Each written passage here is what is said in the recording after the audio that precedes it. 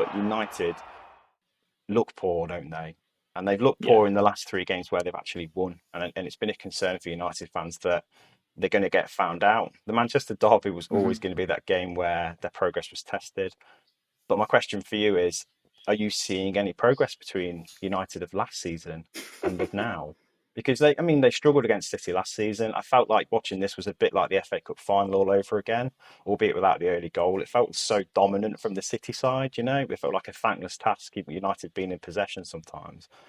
But are you seeing any improvement at all, mate? No, certainly not. Definitely not progress. Regression, actually. I think they've got like much worse. And it's because it's become so disjointed. And you can throw in caveats like the injury issues that they've had in defence, which it's a fair point to make. It is worth Mm. pointing out that the influence that people like Luke Shaw have on this team, Lissandro Martinez has on this team, a fit Rafael Varane has on this team is huge. But yeah, just a plan is what they need. And I feel like we've been saying that about Man United for so long. And I think Ten Hag is starting to really lose his grip on this side because his comments after the game, which I'm sure we'll go into in a bit more detail in a moment, I think scream that he hasn't got a clue what's going on himself anymore. Yeah. The team he's picking just doesn't look connected or like it's enjoying its football at all. It looks like it's a huge burden for them to be wearing the shirt right now. And it's so disjointed because how are you expecting a midfield of Amrabat and Eriksen to even compete at this level? Yeah. Let's be totally honest. Neither of them are elite players anymore. Or if they ever were. Well, Eriksen, I think, probably was. But I disagree. I think when used correctly, they are. And I think that's the issue here, that none of these players are being used correctly. And we know that Bruno Fernandes is not effective on the right, yet he's started on the right.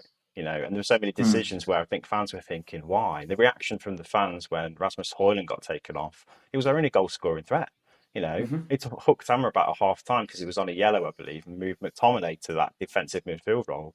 And you're thinking, well, he's been so dangerous going forward in that number 10. Why bring it back? And he actually had a few chances with McTominay.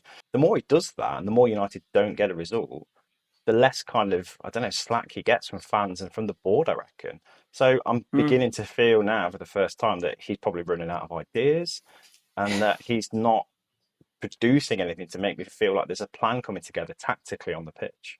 No, there's definitely not. And yeah, with the greatest respect, I don't think it is elite players. I don't think that it's the players that are the problem necessarily. I don't think it's that they're not performing to a level or anything. Just don't know why we're expecting so much of them either. And Ten Hag talking about how he can't play the same style of football as he played at Ajax because it's a different group of players. Onana, Martinez, Eriksen's come through Ajax's academy as well.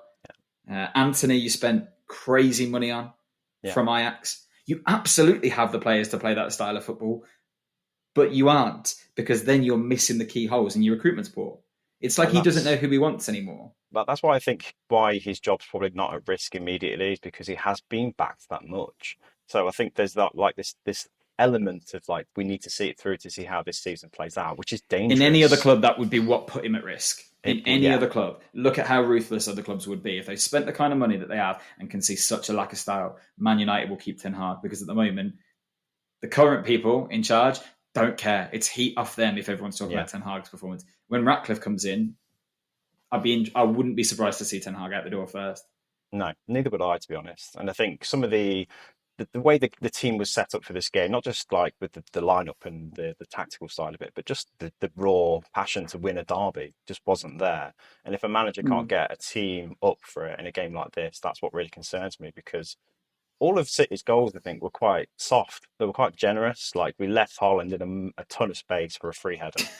For the final goal, like Johnny Evans was just ball watching, and the rebound wasn't collected at all. Haaland was the Why is he quickest through playing? it.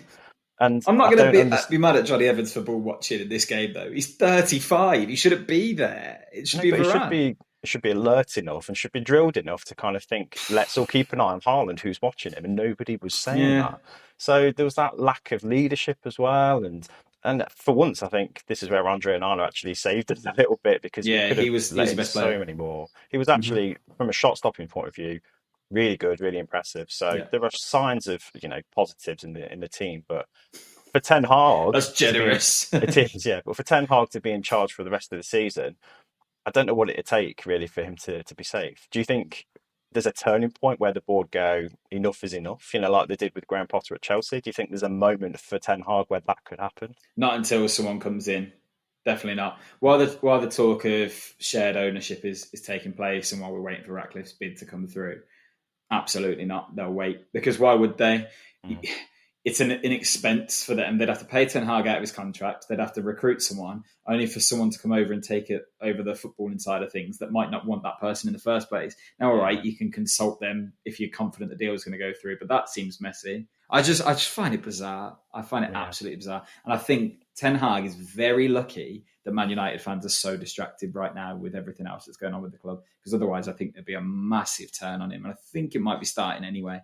It is starting, yeah. If you see what United fans are saying, I know Twitter's not the best place to judge that, but I think most Mm. United fans are feeling disillusioned with the fact that there's no obvious signs of progress. And like you say, it's regression at the end of the day, isn't it? And you look at the Mm. impact some coaches have at other clubs with less resources than us. And like, for example, Unai Emery, I know he's spent a decent amount of money, but instantly Mm. you could see what an Emery team looked like.